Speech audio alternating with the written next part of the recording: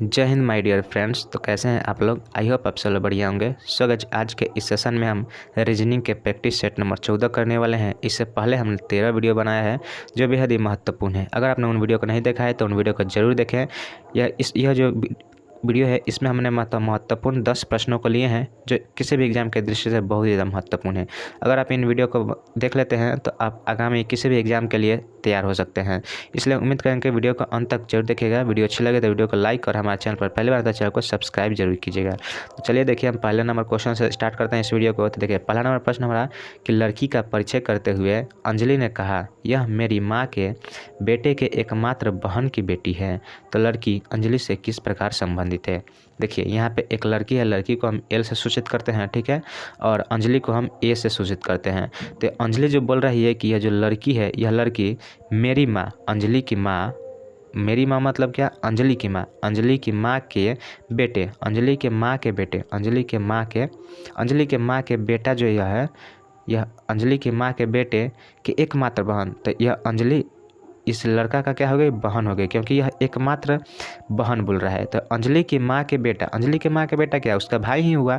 तो यह जो इनका अंजलि क्या हुए? इनकी बहन हो गई, ठीक है, बहन की बेटी है, यानी कि इनकी बेटी यह लड़की है, ठीक है। एल जो इसको हम बोल रहे हैं यह इनकी लड़की है। अब देखिए, यह रिलेशन हमारा बन चुका है। अब क्वेश्चन बोल रहा है कि लड़की, यह जो लड़की है अंजलि से किस प्रकार संबंधित है? तो यह लड़की जो है अंजलि की क्या है, क्या बोल रहा है? तो यह अंजलि लड़की की बेटी है, लड़की है। ऑप्शन बी 20 क्वेश्चन का राइट आंसर हो जाएगा कि लड़की जो है अंजलि की बेटी हो जाएगी। चलिए बढ़ते हैं नेक्स्ट प्रश्न की ओर। तो देखिए, यहाँ पे हमारा दूसरा नंबर देखिए प्रश्न क्या है कि दिए गए तरल पानी तेल के वर्ग के बीच संबंध का सबसे बेहतर प्रतिनिधित्व करने वाला आरेख को पहचानिए। देखिए, यहाँ पे 4 आरेख दिया गया है। बताना है कि इन आरेखों में से कौन सा आरेख जो है तरल पानी और तेल के वर्गों के बीच के संबंध को दर्शाता है, ठीक है। तो देखिए, यहाँ पे अगर मान लीजिए पानी और तेल दोनों अलग अलग चीज़ें हैं, इनको एक में हम शामिल नहीं कर सकते हैं। तो पानी यहाँ पे हो जाएगा, यहाँ पे तेल हो जाएगा। मान लीजिए पी से पानी हो गया, टी से तेल हो गया, ठीक है। अब बोल रहा है कि देखिए, और एक रह जा रहा है तरल। तो यह भी तरल है और यह भी तरल है। तो यह दोनों जो है तरल के अंदर आ जाएंगे। तरल के अंदर पानी और तेल आ जाएगा, परंतु तेल और पानी एक दूसरे से अलग, बिल्कुल अलग है। तो देखिए, इस तरह का डायग्राम किस ऑप्शन में दिया है? तो इस तरह का जो डायग्राम है ऑप्शन नंबर ए में दिया है। राइट आंसर हो जाएगा हमारा ऑप्शन नंबर ए, तरल पानी तेल, ठीक है। चलिए बढ़ते हैं नेक्स्ट प्रश्न की ओर। तो देखिए, तीसरा नंबर प्रश्न हमारा क्या है कि तीसरा नंबर प्रश्न है कि दिए गए विकल्पों में से संबंधित शब्द वर्ण संख्या का चयन कीजिए। देखिए, यहाँ पे क्या दिया है, एक यहाँ पे लाइन दिया गया है जिसमें बोला है गधा अनुपात चिक समानुपात बंदर अनुपात क्या होता है। तो देखिए, गाधा जो है चिकचिकाता है, चें चें करता है, ठीक है, और बंदर बताना है कि बंदर क्या करता है। तो देखिए, बंदर जो है चहचहाना, यह जो राइट आंसर हो जाएगा ऑप्शन नंबर ए। बंदर का जो रवैया है वह चहचहाना होता है, चिघारना तो नहीं होगा, धौंकना भी नहीं होगा और घुरघुराना भी नहीं होगा। तो राइट आंसर हो जाएगा ऑप्शन नंबर ए, चहचहाना, बंदर अनुपात चहचहाना हो जाएगा, ठीक है। चलिए बढ़ते हैं नेक्स्ट प्रश्न की ओर। तो देखिए, चौथा नंबर देखिए हमारा प्रश्न क्या है कि दिए गए विकल्पों में से विषम शब्द वर्ण संख्या का चयन कीजिए। तो देखिए, यहाँ पे 4 ऑप्शन दिए हैं, ठीक है। इन चारों ऑप्शनों में से 3 जो ऑप्शन है किसी न किसी तरह से एक समान है। बताना है कि वह ऑप्शन को ढूंढना है जो ऑप्शन इन तीनों से अलग होगा, ठीक है। तो देखिए, यहाँ पे तैराकी में क्या किया जाता है? तो तैराकी में हम पानी में तैरते हैं, ठीक है। नौकायान में क्या है? तो नौका में जो है, इसमें तैराकी में एक व्यक्ति तैरता है, लेकिन नौकायन में नाव जो है पानी पर तैरते हैं। और गोताखोरों का भी क्या काम है? तो वो भी पानी के अंदर तैरते हैं। परंतु ये देखिए, ड्राइविंग जो है यह एक अलग है, क्योंकि ड्राइविंग रोड पे, सड़क पे किया जाता है। सड़क मार्ग पे जो भी कोई वस्तु को चलाया जाता है तो उसको ड्राइवर कहते हैं, जो चलाता है उसको ड्राइवर कहते हैं। तो यह जो है इन तीनों ऑप्शन से बिल्कुल अलग है। तो राइट आंसर हमारा ऑप्शन नंबर डी हो जाएगा। चलिए बढ़ते हैं नेक्स्ट प्रश्न की ओर। तो देखिए, 5 नंबर देखिए प्रश्न हमारा क्या है कि दिए गए विकल्पों में से विषम शब्द वर्ण संख्या का चयन कीजिए। देखिए, यहाँ पे अभी 4 ऑप्शन दिए हैं। बताना है कि इनमें से सेम पिछले क्वेश्चन की तरह ही बताना है कि इनमें से एक ऑप्शन जो है बाकी तीनों ऑप्शन से अलग है, उन सभी को खोजना है। तो देखिए, यहाँ पे ऑप्शन ए दिया है 443, ऑप्शन बी दिया है 633, ऑप्शन सी दिया है 821 और ऑप्शन डी दिया है 245, ठीक है। तो इसको अब देखिए किस तरह से अलग कर सकते हैं। ये आप इनके जो अंक है इनको जोड़कर भी मतलब इनको अलग करने का यह जो एक नियम भी है, ठीक है। आप जिस तरह से आपको दिमाग में आता है आप उस तरह से इसको कर सकते हैं। लेकिन देखिए हम कैसे करते हैं, तो देखिए अगर हम इन तीनों अंकों को जोड़ने की बात करें तो यह कितना हो जाएगा, 4 4 8, 8 और 3 कितना होता है, तो यह 11 हो गया। ठीक है, अंकों का योग इनका 11 हो गया। ठीक उसी तरह बी का देखिए तो 6 और 3 9, 9 और 3 कितना हो जाएगा, 12। तो ठीक है, बी का जो है अंकों का योग 12 आ गया। ऑप्शन नंबर सी देखिए 8 2 10 और 1 11, इनके जो अंकों का योग 11 आ गया। और देखिए डी नंबर ऑप्शन में है 245, तो इनको जोड़िएगा तो कितना आएगा, तो देखिए 4 और 2 6, 6 और 5 कितना, 11। तो इनका भी अंकों का योग जो है 11 आ गया। तो देखिए ऑप्शन ए, ऑप्शन सी और ऑप्शन डी, इन तीनों के अंकों का योग जो है 11 आ रहा है। लेकिन ऑप्शन नंबर जो बी है हमारा, उनका योग क्या आ रहा है, तो इनका योग 12 आ रहा है, जो बाकी तीनों ऑप्शनों से बिल्कुल अलग है। तो ऑप्शन नंबर 20 क्वेश्चन का राइट आंसर हो जाएगा। हमें अलग शब्द ही, विषम शब्द ही खोजना था, जो कि मिल गया हमें ऑप्शन नंबर बी में। Right answer option number B हो जाएगा। ठीक है, चलिए अब बढ़ते हैं नेक्स्ट प्रश्न की ओर। तो देखिए छठा नंबर देखिए प्रश्न हमारा है कि सही विकल्प का चुनाव करें जो दी गई श्रृंखला में प्रश्न चिन्ह को प्रतिस्थापित कर सकता है। ठीक है, देखिए यहाँ पे दिया है DHL PTX BFJ। ठीक है, दिया है। तो देखिए डी कितने पे आता है, सबसे पहले कोडिंग डिकोडिंग में आपको अल्फ़ाबेट से जब भी सवाल आए तो उसको आप कोड करना जान जाइए, कोड कर लीजिएगा तो है जो इस टाइप के क्वेश्चन आपको आसानी से बना लीजिएगा। तो देखिए डी जो है कितने नंबर आता है, तो यह 4 नंबर पे आता है। एच कितने पे आता है, तो एच जो है हमारा 8 पे आता है। और एल कितने पे आता है, तो एल जो है हमारा 12 पे आता है। तो देखिए यहाँ पे कितना कितना बढ़ रहा है, यहाँ पे 4 4 प्लस हो रहा है। ठीक है, अगर PTX की बात करें तो P कितने पे आता है, तो देखिए P कितने पे आता है, P हमारा 16 पे आता है। P के बाद T कितने पे आता है, तो 20 आता है। और X कितना तो है, तो X जो है 24 पे आता है। तो देखिए यहाँ से भी यहाँ पे 12 से 4 16 हो गया, 16 से 4 20 हो गया, 20 और से 4 जो है 24 हो गया।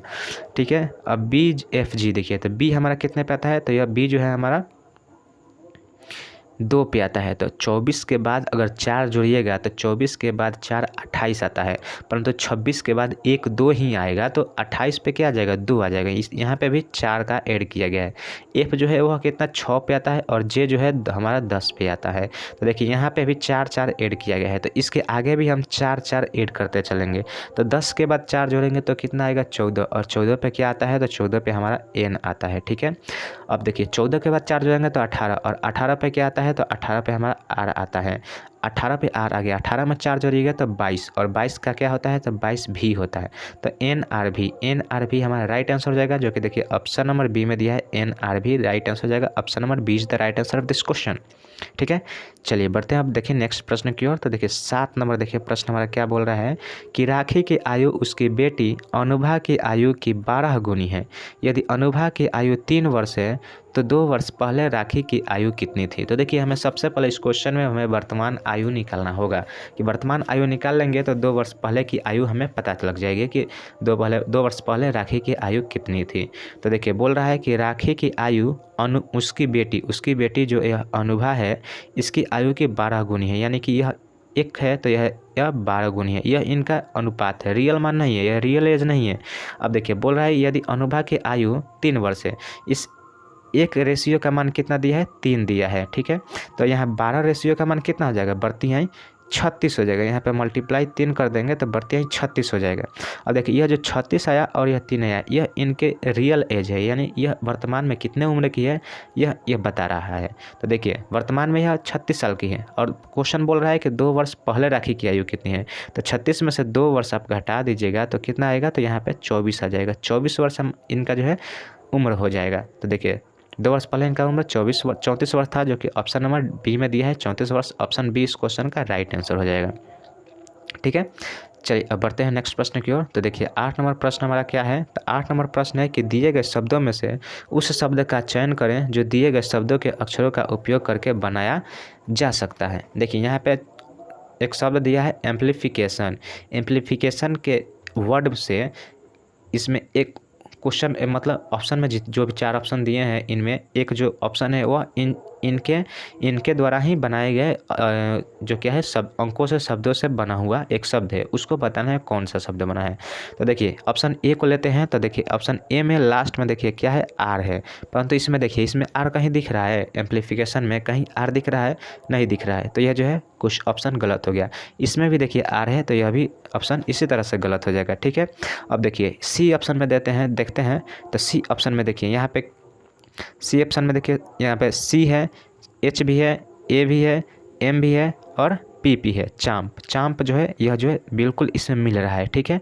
अब देखिए यहाँ पे ऑप्शन नंबर डी में देखते हैं। तो एम है, सॉरी देखिए ऑप्शन जो सी है, सी में जो यहाँ पे देखिए एच दे रहा है, एम्प्लीफिकेशन में कहीं एच दिख रहा है, एच कहीं नहीं है, ठीक है, एच कहीं नहीं है, तो यह जो है ऑप्शन गलती हो जाएगा।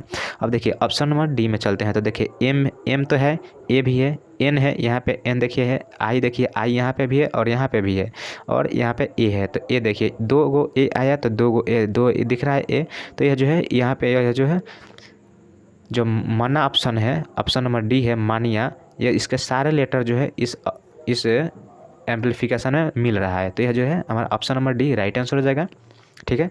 इसी तरह से हमें खोजना था इसमें। अब देखिए बढ़ते हैं नेक्स्ट प्रश्न की ओर। तो देखिए 9 नंबर प्रश्न हमारा क्या है, नॉन वर्बल से संबंधित है। देखिए बोल रहा है कि यदि रेखा एम एन, यह जो एम एन रेखा है, यह रेखा दर्पण है, ठीक है, और इस पर जो है एक दर्पण रखा गया है, जहाँ पर बोल रहा है कि निम्नलिखित में से कौन से उत्तर आकृति प्रश्न आकृति का सही प्रतिबिंब बनाएगी। यह जो आकृति है इसका प्रतिबिंब, दर्पण प्रतिबिंब बताना है कि कौन सा होगा। तो देखिए दर्पण में क्या होता है, तो बायां का दायां हो जाता है, ठीक है। तो देखिए यह जो है यह देखिए इस तरह से है, यहाँ पे इस तरह से बनाया है, तो इधर आएगा तो क्या इधर इस तरह से हो जाएगा।